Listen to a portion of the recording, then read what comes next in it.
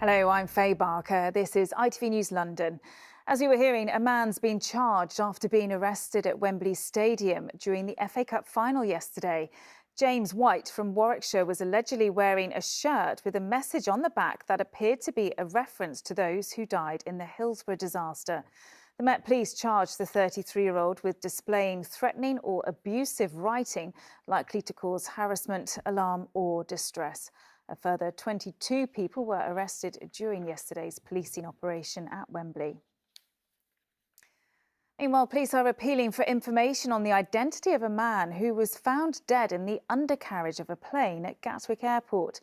Detectives have released this e-fit image as they try to piece together who he is so they can contact his relatives. The flight had travelled from the Gambia to Gatwick last December. Now, a dad from Surrey's been warming up for a 235-mile charity race with a fun run in Reigate today. Matthew Gort plans to run from London to Paris in memory of his son Harry, who passed away from leukemia when he was just 6 years old. Well, today, some of Harry's school friends came to help Matthew get some practice in. Hannah Kings went to meet them. OK, everyone, ready, go. A final practice before a big challenge. Today, it's a 2-kilometre jog round his local park in Reigate. But starting on Tuesday, Matt Gort will be running 250 miles, all the way from London's Greenwich Park to the Eiffel Tower in Paris. And it's all in memory of his son, Harry. Harry was just an incredible little guy. He was always very happy, very caring. Although his life was short, he lived it to his fullest. Harry was diagnosed with leukemia aged just 2. After years of treatment, Harry died a few days after his 6th birthday. Matt's run will raise money for trials of new treatments for other children like Harry. Our little lad, Harry, he was actually on a trial. His outcome wasn't obviously what we wanted, but there's work that's being done by this charity now, and they just need a bit more support. So by doing this run, we can guarantee some children are going to get a better treatment outcome. And if just one child gets a better outcome, then it's going to be worth every step. Matt's wife, Debbie, and younger son, Ollie, have been supporting him all the way. Over the last few years, it's been quite hard, you know, with Harry. This is a way of raising awareness, raising money, helping with trials, to help other little children with leukemia, and to, you know, hopefully find a cure. Are you proud of Matt? Yeah, very proud, aren't we? Raring to go. Matt is certainly going the extra mile, plus another 249 of them, to try to make sure new leukemia treatments are found, to help more children like Harry. Hannah Kings, ITV News. Best of luck now, finally, to a challenge on the water. An all-female crew of 6 rowers have set off from St Catherine's Dock earlier on a 2,000-mile journey around the coast of the UK. They're attempting to break a few records while they're at it, including being the fastest female crew to row around the UK.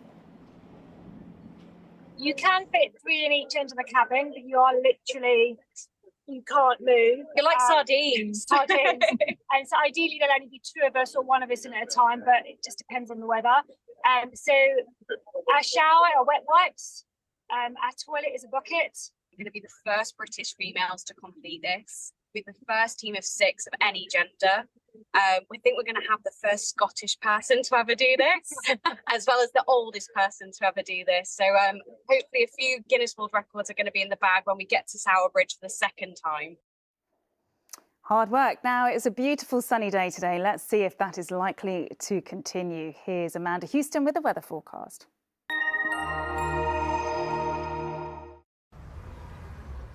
Feels like home, whatever the weather. Valent Boilers and Heat Pumps sponsors ITV London Weekend Weather. Hello again. Hope you've all had a lovely weekend so far. Well, the weather story remains the same, certainly as we go through the next few days. So plenty more fine and settled weather across the capital. Will be quite a bit of cloud around at times, though, especially during the overnight period. But overall, a good deal of fine weather, and those temperatures will start to rise towards the end of the week.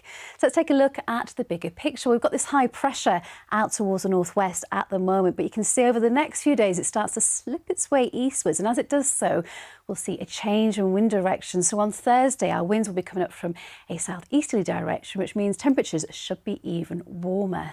However, before we get to that, for the rest of this evening and tonight, it stays quiet out there. It's dry.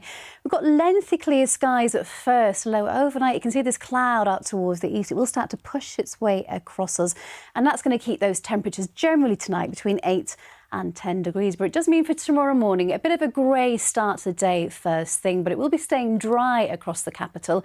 And you can see that cloud will start to thin as we move through the late morning and into the afternoon. So plenty of sunshine to come. And this time we're looking at a top temperature there of around 20 or 21 degrees. Valent sponsors ITV London Weekend Weather.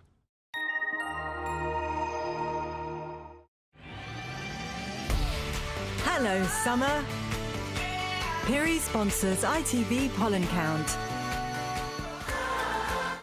Well, if you're a hay fever sufferer and sensitive to grass pollen, there are high traces of it on Monday and indeed as we go through the next few days. Do take care of that, and I'll see you a bit later on. Bye-bye. And that is all from us for this evening. Sally Bidoff will be back with your Good Morning Britain headlines bright and early tomorrow morning. Until then, do enjoy the rest of your evening. Bye-bye.